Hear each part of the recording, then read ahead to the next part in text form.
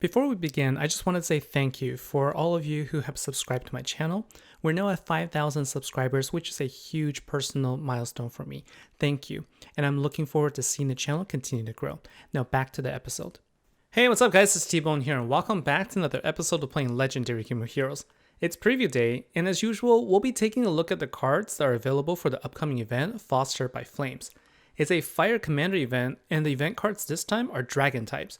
The deck also has the same mechanic as the Doomed Mine of Wendigo event, which I covered a few weeks ago. So what I want to do today is go over the cards, talk about what to expect in the upcoming event itself, and provide some of my thoughts on whether you should invest in this deck or not. Now, it's been a few events since I have got all the required collection cards for 3 runes, so let's go ahead and open them first and see what we get. We'll start with Eva. So the last couple events, I haven't had the greatest luck with runes. I've been getting a lot of duplicates. I also didn't have all the collections. So let's see how we do here. So far so good, 2 for 2. We don't have any duplicates. And good, we're off to a good start here. And this is actually one of the Master Collection cards I do want. So I hope I can get lucky there. And just a quick note about the collection heroes here. Both Eva and Sunspot are available in the 20 Dust shop, but Sunspot was an ultra rare from a while ago, so it's going to be really hard to collect. And Barari is actually the only card that I think is really useful here because of its revive. Unfortunately, it's not available in the Dust shop, so make sure you don't waste dust trying to go after it. Now let's take a look at the cards themselves. So this is Blazing Argoli Polycath, which is the main event card. And the battle skill for this card increases the dragon attack by 35%, and it goes up by 10% for every 20 dragon intensity. It says it maxes out at 400%, but if you have 8 or more power gems on the board, it will go up by 10 times, and you'll actually increase attack by 4,000%. It also has a passive ability to create 4 power gems every 3 turns, so in that regard, this card is exactly the same as the Iron Spine Night Horse from the Doomed Mine of Wendigo deck here. And you can see that it's exactly the same, with the turn cooldown, charge rate, and everything. The thing that's different here is that the counter skill dispels counterattack. Now, if you don't get this card, that's actually okay because guess what? Pumpkin Queen will dispel anything that's considered a buff to the boss. So your guild bosses will be casting counterattack and you can use Pumpkin Queen to dispel it. Next, there is Volcanic Quilldrak, which is the Master Collection card and is a more powerful version of the event card here. Battle skill wise, it does increase dragon attack starting at 50%, and then it goes up by 10% for every 10 dragon intensity. It goes up a lot faster.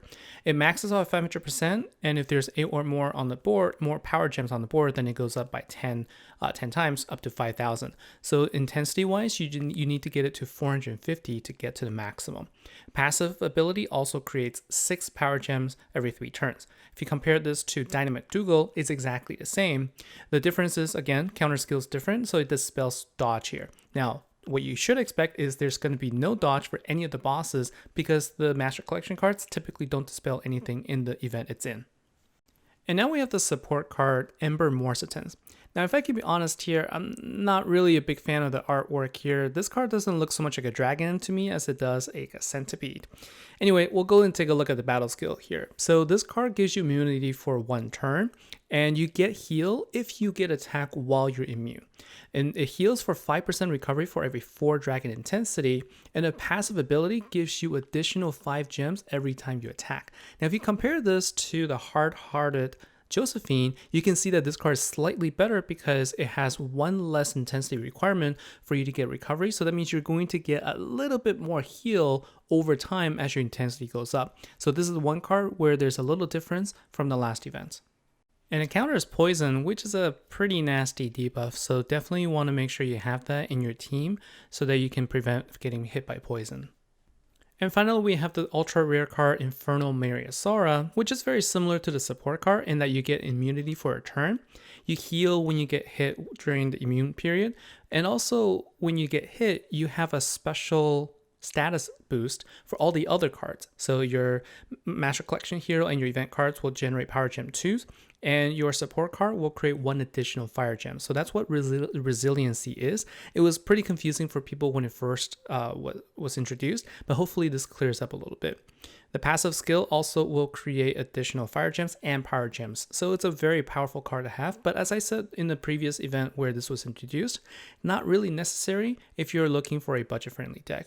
Now, interestingly enough, this is exactly the same stats as the ultra rare card from the Doomed Mine of Wendigo event, so no change here. So the only card that's different is the support card in this case. Now, before I forget, if you have not yet, make sure you go to the Head Start store so that you can pick up the free token for 50 boss skips.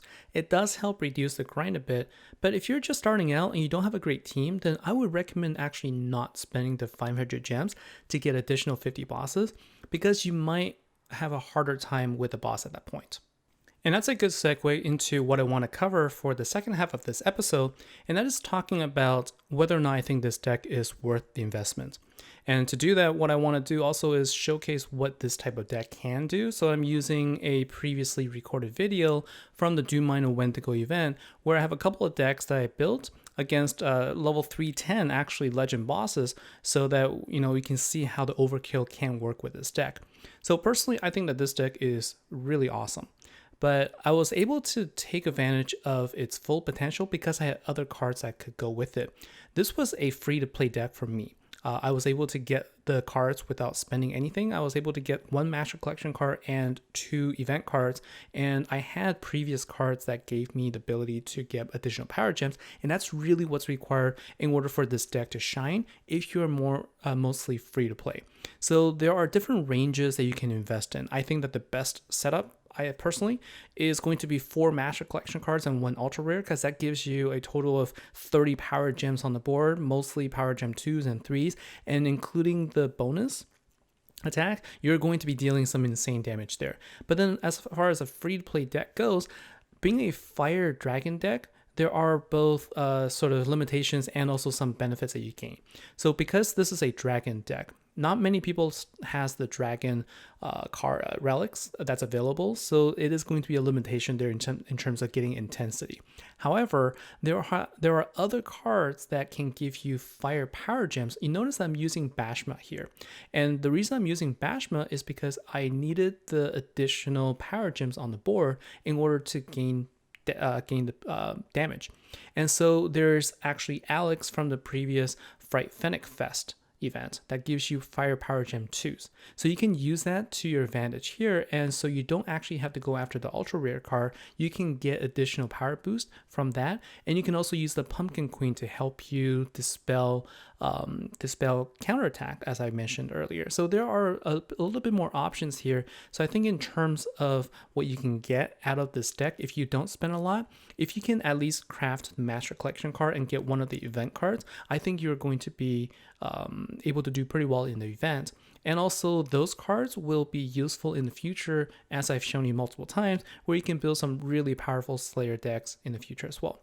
So I'm excited for this event. I think that I'm still going to go after the deck from a free-to-play perspective. So the way I'm going to approach it, I'm going to wait until the event starts, then I'm going to see if I can craft the Master Collection card first. And I'm also going to try tier 1 of the support pack to see if I can get the ultra rare. And if I can get both the collection card and the Master Collection card, then I will get a second event card as well.